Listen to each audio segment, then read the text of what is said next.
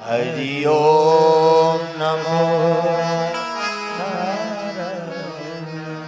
जय जय नारायण नारायण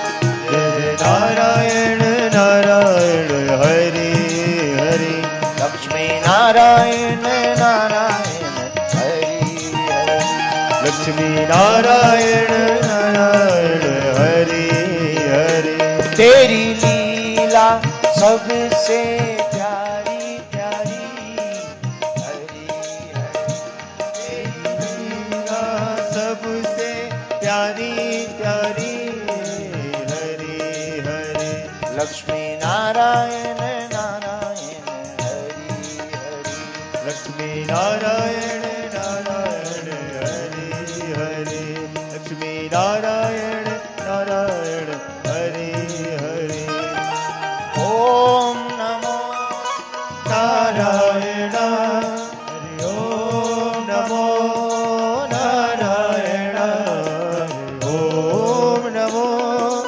नारायण हरि ओम नमो नारायण हरि ओम नमो नारायण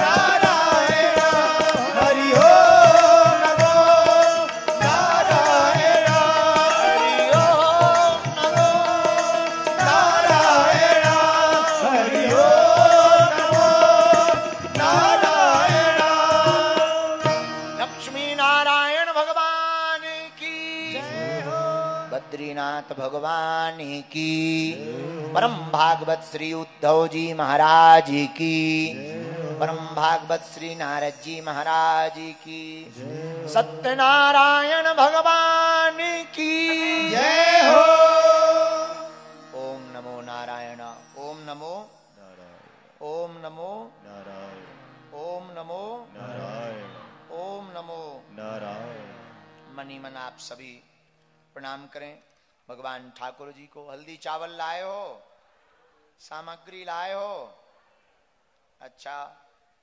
केले का प्रसाद लाए हो। जय हो बेटा।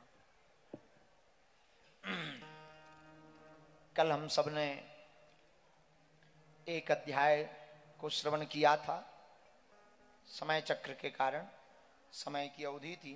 आज 2 अध्यायों को श्रवण करेंगे सत्यनारायण भगवान का। और अभी तक जो हम सुनाते रहे वो कथा के पहले की भूमिका है। अब कथा तो अब हो रही है। हाँ।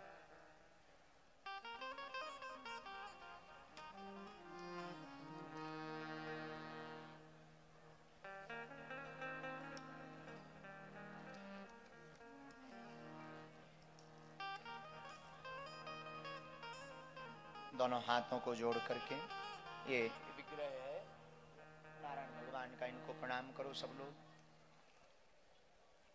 नारायण भगवान के श्री लक्ष्मी नारायण भगवान का ध्यान करो। भगवान श्री हरि विराजमान है, शेषनाग सैया पर लेटे हुए हैं। माँ लक्ष्मी माता उनके चरणों की सेवा कर रही हैं। इस मुद्रा में भी 4 भुज रूप में नारायण भगवान हैं। एक हाथ में शंख लिए, एक हाथ में चक्र लिए, एक हाथ में वज्र लिए, एक हाथ में पद्म लिए, बनमाला पहने हुए इन 4 भुजाओं के स्वरूप का मन ही मन ध्यान करो। शेषनाग की फण लहरा रहे हैं। श्री नारायण भगवान विश्राम मुद्रा में अर्ध नेत्र खुले हुए हैं, अर्ध नेत्र बंद हैं। इस मुद्रा में श्री नारायण भगवान लेटे हुए हैं। उनका मन ही मन ध्यान करते हुए मन ही मन प्रणाम करो। अपने अंतःकरण में श्री विग्रह को चिपकाने का प्रयत्न करो। इस विग्रह को अंतःकरण में स्थापित करने का प्रयत्न करो कि प्रभु का यह विग्रह हमारे मन में विराजमान हो जावे। हमारे मन के द्वार, कपाट, सब जगह सर्वत्र जहां हम देखें अंतःकरण में बाह्यमुखी, अंतर्मुखी और बाह्यमुखी दोनों जगहों पर हमें श्री नारायण भगवान के इसी रूप का विग्रह का दर्शन होवे। ऐसी मन ही मन आप प्रार्थना करो। अपने माता पिता गुरुदेव को भी प्रणाम करो। श्री लक्ष्मी नारायण भगवान की जय हो।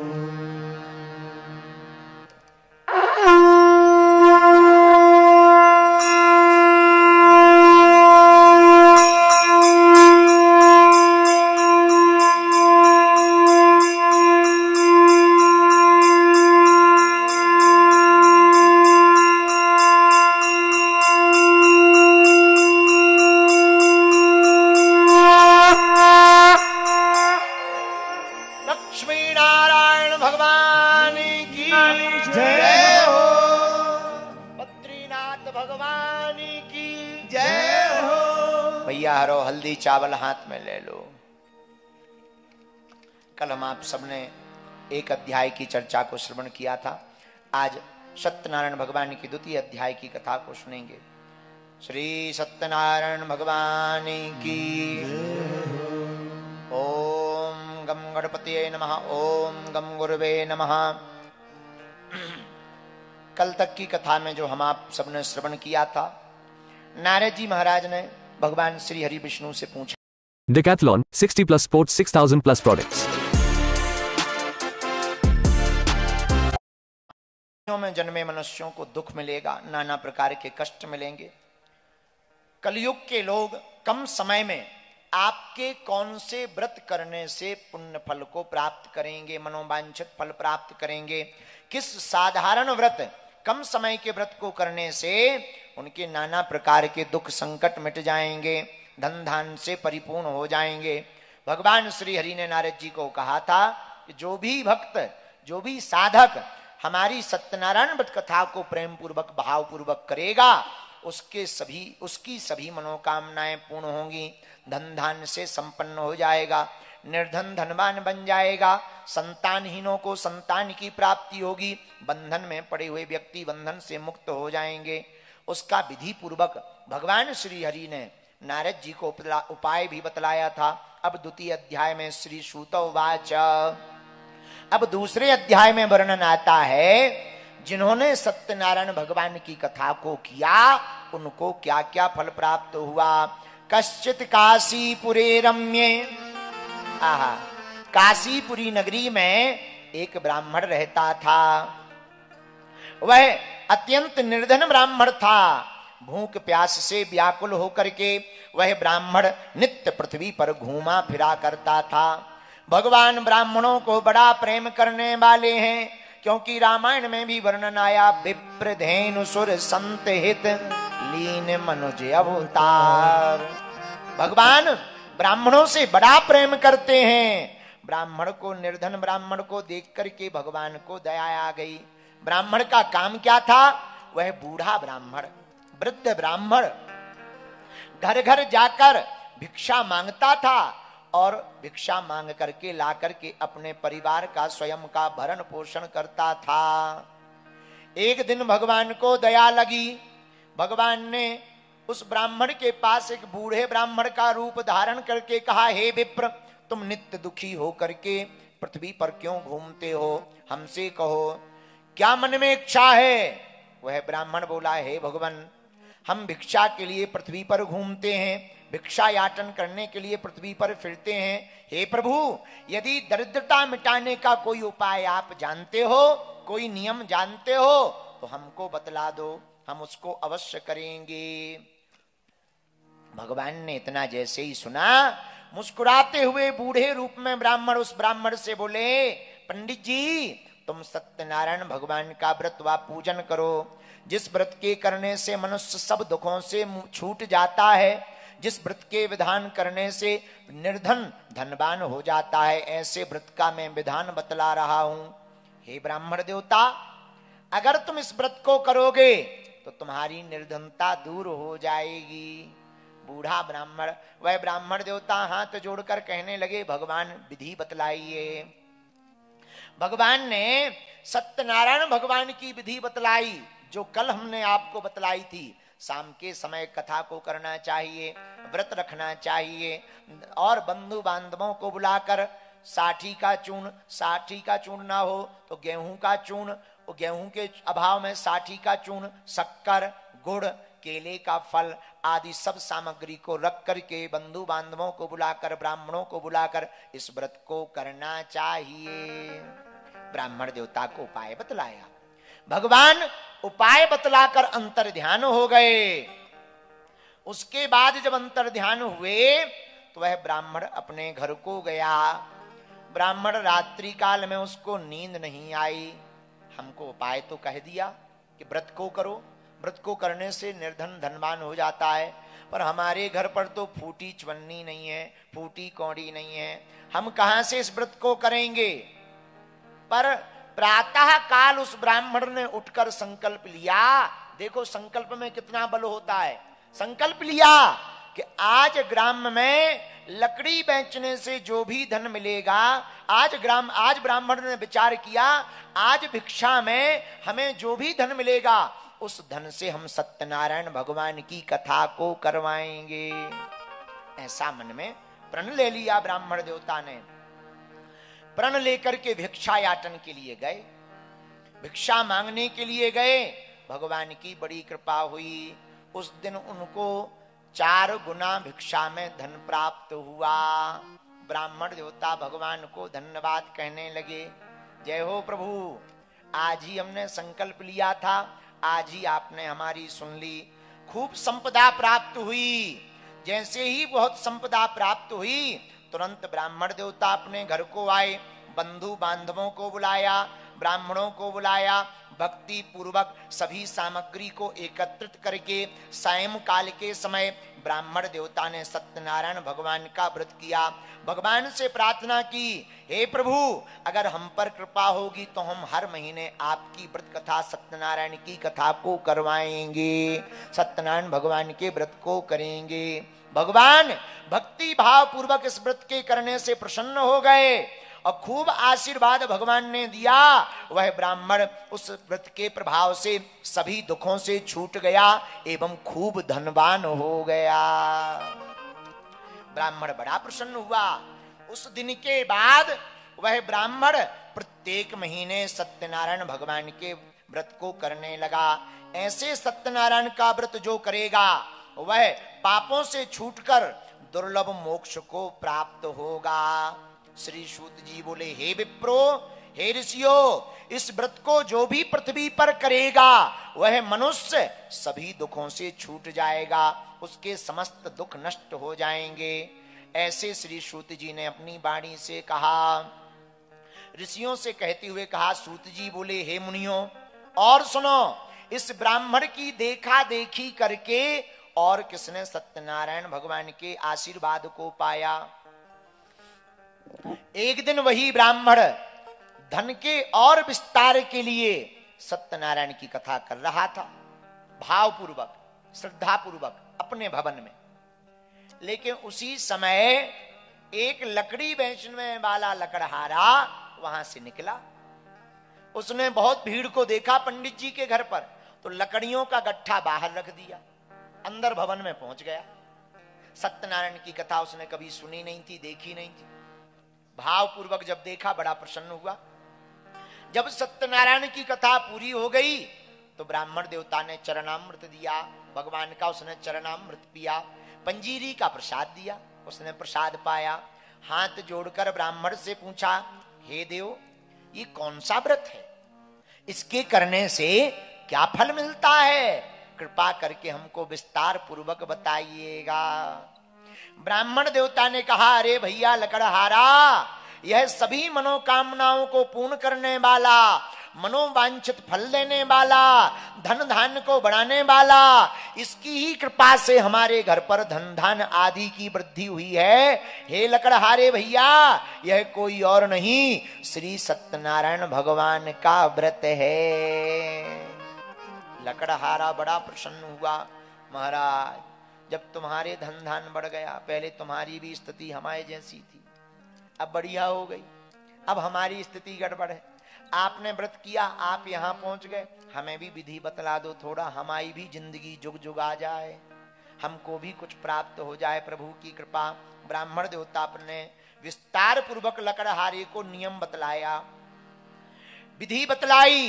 प्रसाद पाकर जल पीकर वह लकड़हारा अपने घर को चला आया। पर मन ही मन में चिंतन करता हुआ आया कि आज ग्राम में लकड़ी बेचने से जो भी धन मिलेगा उससे मैं सत्यनारायण भगवान के उत्तम व्रत को करूंगा। भगवान की ऐसी माया, भगवान क्या नहीं कर सकते जिस पर भगवान की कृपा हो जाए। रामायण में वर्णन आया, जा पर कृपा राम की होई, ता पर कृपा करे सब कोई। जिस पर राम की कृपा होती है उस पर सभी लोग कृपा करने लगते हैं। लकड़हारे ने कहा, हे प्रभु, अगर हमारी लकड़ी बेचने से बढ़िया धन मिलेगा तो हम सत्यनारायण भगवान के व्रत को करवाएंगे। भगवान की कृपा से जो लकड़ियों का गट्ठा अपने सिर पर रख कर के ले जा रहा था, प्रभु की ऐसी कृपा हुई कि वह लकड़ियां चंदन की बन गईं। तो पहले के दिनों में काष्ठ मूल्यम च द्विगुणम प्राप्तवान सौ, उसको दुगना धन प्राप्त हुआ लकड़ियों का, इतना आज तक नहीं मिला। उसने कहा बढ़िया उपाय है, सोचने और संकल्प करने मात्र से दोगुना धन मिल गया। वाह!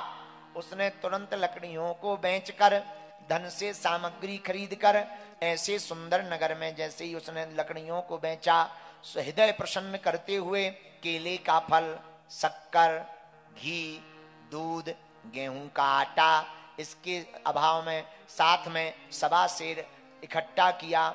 सब सामग्री को एकत्रित करके आनंद के साथ अपने घर आया।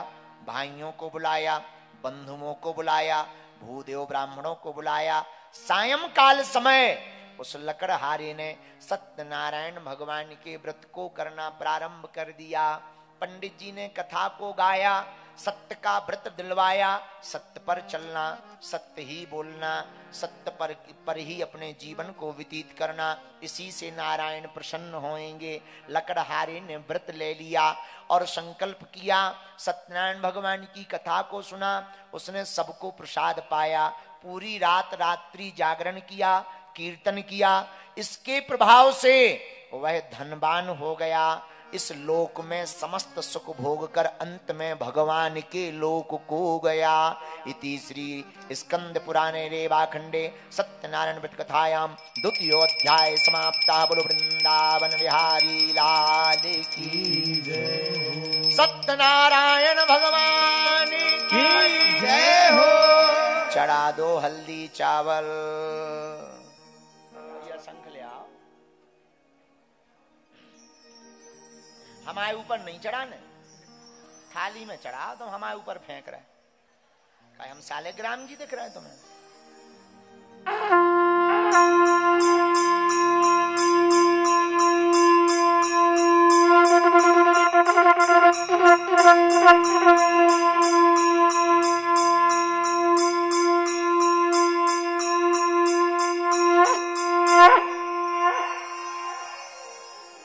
फिर से हल्दी चावल ले लो।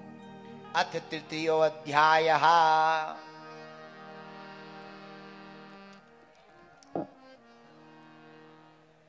भी ले लो, दक्षिणा मिलेगी बात, ले लो। श्री सूत उवाच। तीसरे अध्याय में सत्यनारायण की महिमा और गाई जाती है। आज 2 अध्याय को श्रवण करेंगे। अथ तृतीयो अध्याय, ध्यान से सुनना। श्री सूत जी बोले, हे मुनि श्रेष्ठ, आगे की कथा सुनो। पहले के समय में एक उल्कामुख नाम का राजा था। उसका क्या नाम था? उल्कामुख। उल्कामुख नाम का राजा बड़ा ही बुद्धिमान था, जितेंद्रिय था। बुद्धि तो तेज थी ही, इंद्रियों भी उसने जीत रखी थी, इसलिए जितेंद्रिय था। सदा सत्य बोलने वाला था, बुद्धिमान था। वह प्रतिदिन देवालय में जाता था, मंदिर में जाता था रोज। ब्राह्मणों को, साधुओं को धन देता था, ब्राह्मणों को प्रसन्न करता था। उसकी पत्नी भी कमल के समान मुख वाली साध्वी, सती साध्वी थी। उन दोनों ने संतान की कामना के लिए भद्रशिला नदी के किनारे सत्यनारायण भगवान का व्रत किया। राजा के पास सब कुछ था, लेकिन एक कमी थी। क्या? संतान नहीं थी। और एक संत कहते थे, पति बिन सूनी मांग, पुत्र बिन है घर सूना। स्त्री कितनी भी सुंदर हो, पर अगर सिंदूर से मांग ना भरी हो तो ठीक नहीं लगती। किसी राजा के घर पर कितना भी राजपाट हो, धन हो, दौलत हो, पर संतति ना हो तो वो धन किसी काम का नहीं है। कौन संचालित करेगा, कौन चलाएगा, किसके लिए है? तो राजा के पास सब कुछ था, लेकिन संतान नहीं थी। तो राजा ने अपनी पत्नी, जो कमल के समान मुखवाली थी, उसके साथ में जो है सत्यनारायण भगवान का व्रत किया। भद्रशिला नदी के किनारे पर सत्यनारायण की कथा कर रहे थे। उसी समय धन से परिपूर्ण एक नाव आई। उस नाव में एक साधु नाम का वैश्य बनिया बैठा हुआ था। वह वैश्य व्यापार के भाव से इस तरफ आया था। नाव को तीर के किनारे खड़े कर कर राजा के पास आ गया। राजा को भाव पूर्वक व्रत करते देखकर विनयी भाव से पूछने लगा। साधु बानिया कहने लगा, हे राजन, भक्ति युक्त भाव से बड़े प्रसन्नता पूर्वक आप ये क्या कर रहे हैं?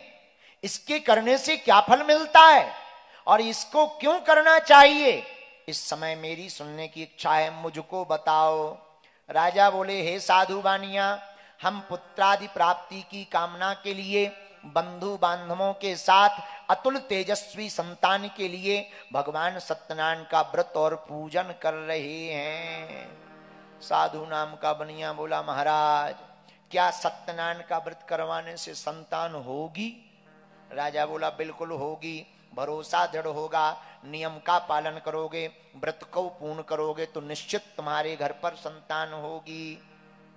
साधु नाम का बानिया घर लौटा, व्यापार करके आनंदित होकर के घर आया।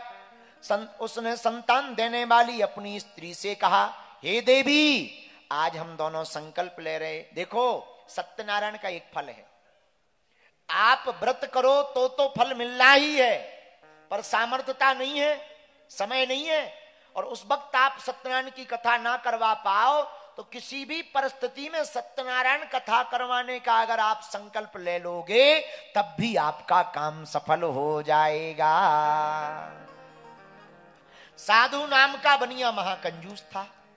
उसने सोचा पहले कर देंगे और फिर बाद में संतान ना हुई तो पत्नी से बोला, एक काम करो, देखो जो जितना बड़ा होता है, पुण्य की जड़ पाताल तक, पाप की जड़ अस्पताल तक।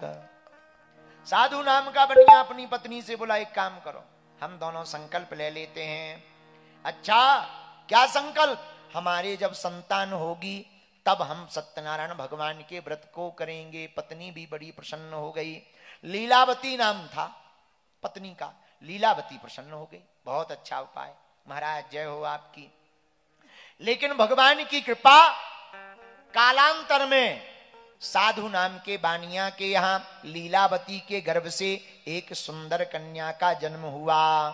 वह दिनों दिन ऐसे बढ़ने लगी। 10वें महीने में उस कन्या का जन्म हुआ। वह कन्या रत्न की उत्पन्न दिनों दिन ऐसे बढ़ने लगी जैसे शुक्ल पक्ष का चंद्रमा बढ़ता है।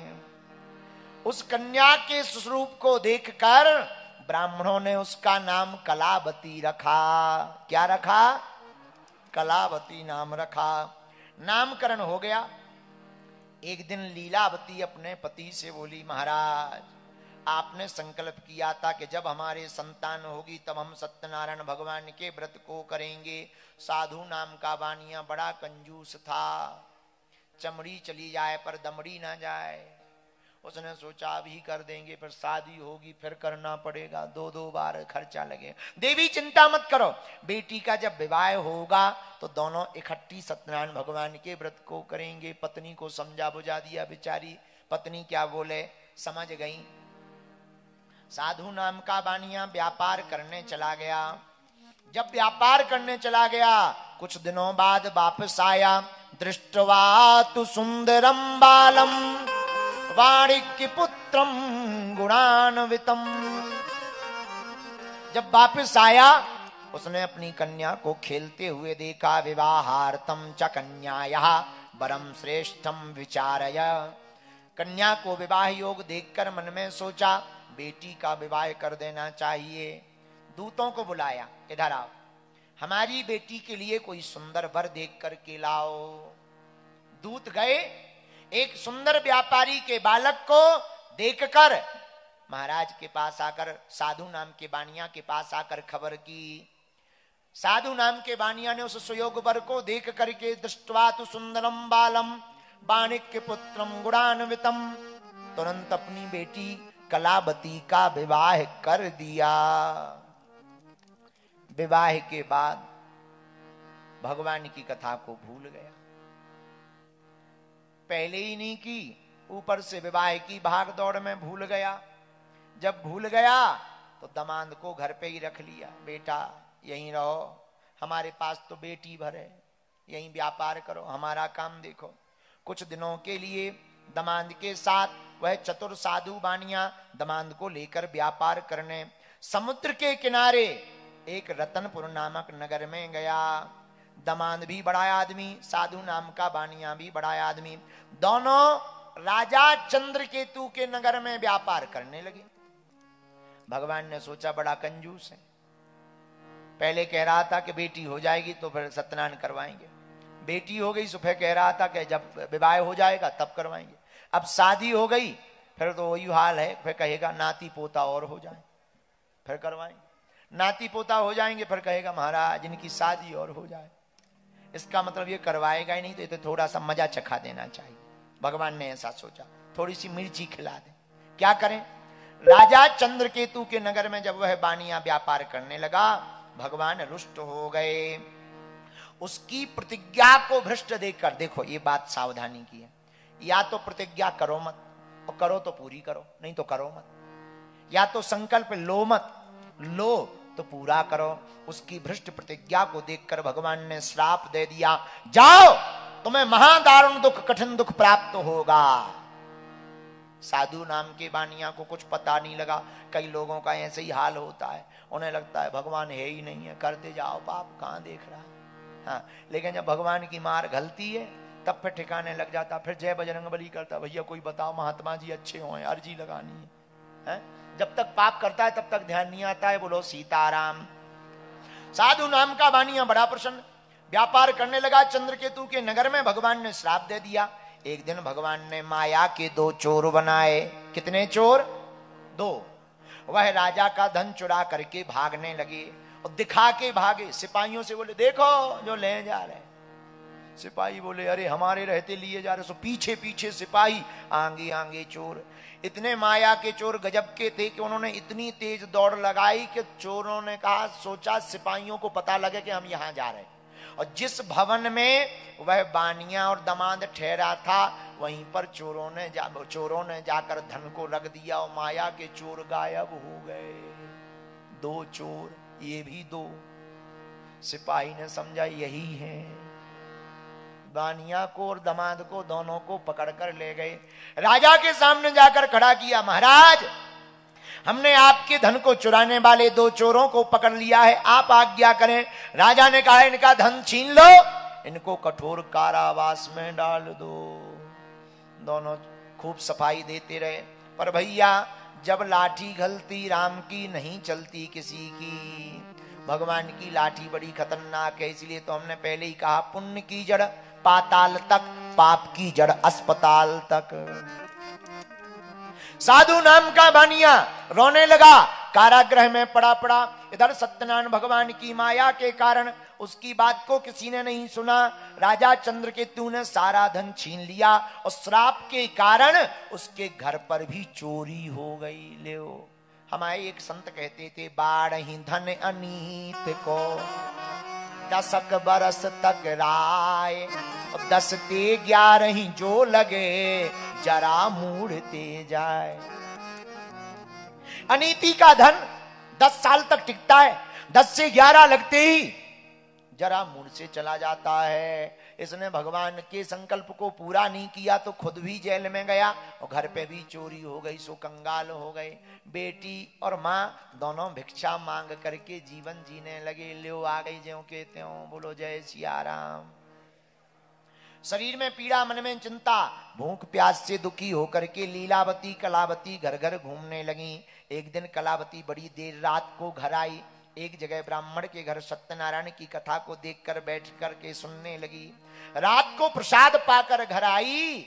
माता प्रेम बहुत करती थी कलावती से। कन्या से बोली, हे बेटी, इतनी रात तक कहाँ रही? तेरे मन में क्या है? क्या तू मुझे नरक में ले जाएगी, मेरी नाक कटवाएगी?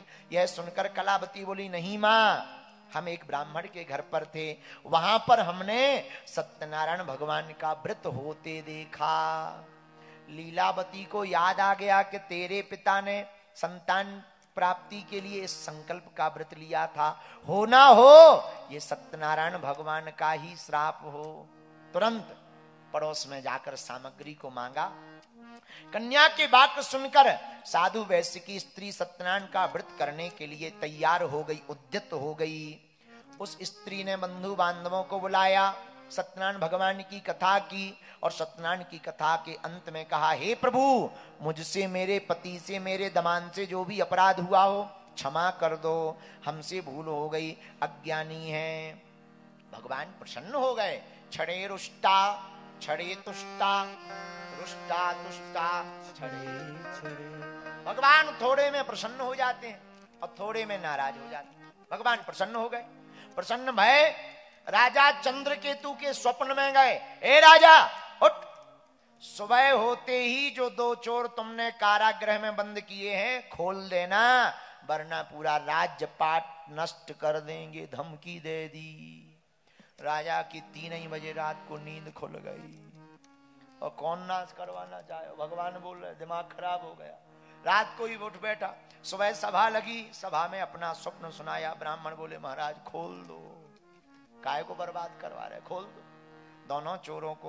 दोनों को बुलाया, साधु और दामाद को बुलाया। भगवान की कृपा से दोनों ने आकर हाथ जोड़ लिए।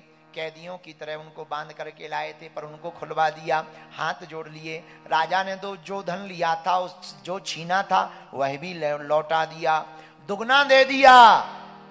दोनों बड़े शर्म के मारे नीचे सिर करें।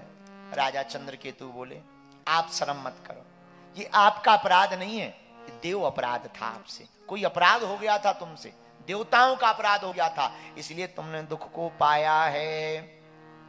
दोनों वैश्य राजा चंद्रकेतु को नमस्कार करके कुछ नहीं बोल पाए।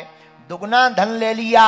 दुगना धन लेकर के प्रसन्न मन से बड़े भाव पूर्वक अपने घर को चलने लगे। राजा ने कहा, साधु साधु अपने घर को जाओ। राजा को प्रणाम करके नाव में पूरी संपत्ति को रख करके जाने लगे। इति श्री स्कंद पुराणे रेवाखंडे सत्यनारायण व्रत कथायामो 3य अध्याय समाप्ता। बोलो वृंदावन बिहारी लाल की जय हो। सत्यनारायण भगवान की जय हो।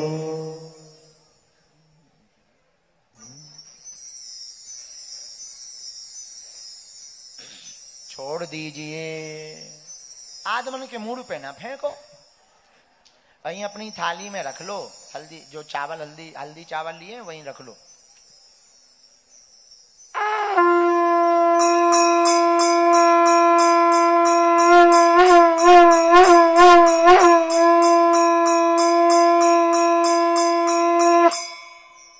बोलो सत्यनारायण भगवान की जय हो।